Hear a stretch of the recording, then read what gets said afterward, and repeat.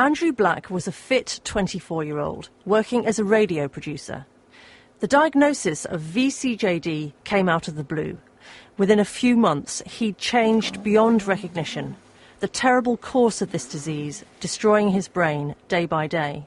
His mother kept a video diary. My name's Christine Lord. My 24-year-old son is upstairs in my bedroom dying of the human form of mad cow's disease.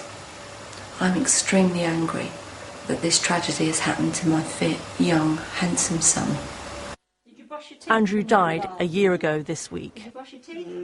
The disease attacks vital prion proteins, and scientists were hoping that such cases were becoming a rare event.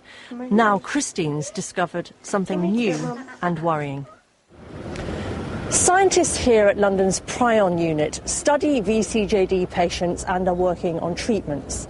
They're assessing a new case that's been clinically diagnosed as vCJD.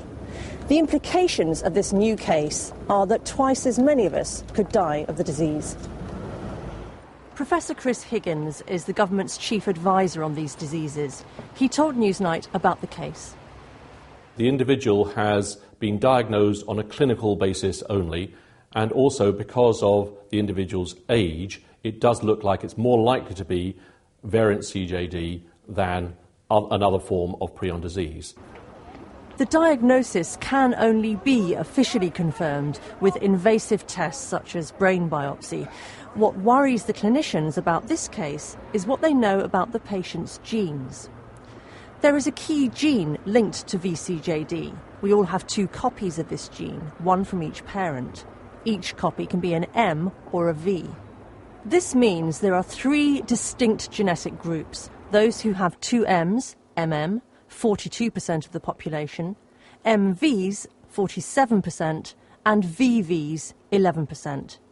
It seems that if you have 2 M's, an MM, you're more susceptible. All the cases so far had been MMs. These peaked in the year 2000, with 28 that year. Now there are just a handful each year. Andrew had an MM genetic type. Each of these cases is a disaster, but it did look as if the disease was on the way out. Now it appears to have spread beyond that first group. The new case is an MV. This young lad is dying of variant CJD, and he is MV. And I think that we need transparency about this, and I think what will cause more panic is by people trying to hide things and keep things from the public. And one of the reasons I'm talking here tonight and talking to Newsnight is the fact that I want people out there to know that variant CJD hasn't gone away and it's still killing people. And now it looks like it's the next wave. If this new MV case is the beginning of the second wave, scientists calculate that up to 350 more people could die from vCJD. Though it may be that MVs not only develop the disease later, but are also more resistant, and we see fewer deaths, perhaps only around 50. Writing in next month's issue of the medical journal The Lancet, 2 vCJD experts say a second wave of CJD with a longer incubation time might hit these shores, but we do not know if this will be a tidal wave or just an imperceptible ripple. This case has not yet been confirmed, but assuming it is, we would estimate that the number of MV cases at a maximum would be about 300 to 350. That, I have to emphasise, is a maximum estimate because all the studies in animals suggest that MV genotypes are likely to be far, far less infective than the MM genotype where we've seen the cases up to now. So probably between maybe 50 and 350 new cases. Hundreds of thousands of cattle contracted VSE because they were fed recycled cattle protein. Almost all the people who have died did so because they ate that infected meat in the 1980s and early 1990s.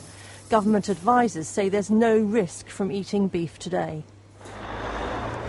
Scientists estimate that tens of thousands of us here in the UK could have been infected. There's little you can do to improve your chances if you've already been infected and there's no proven treatment. It's important to say, though, that only a tiny percentage will actually go on to develop the disease. Nevertheless, silent carriers could pass on the infection by giving blood. The National Blood Service has taken measures to protect our blood supply, but it's not yet screened with a test. Scientists hope that such a test could be ready by the end of next year.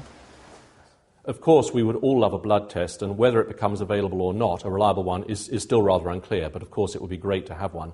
I think it's fair to say, though, that knowing the risks of transmission of variant CJD from individual to individual through blood transfusion, and there is a risk, in the last few years, very, very significant precautions have been put in place to prevent that secondary transmission.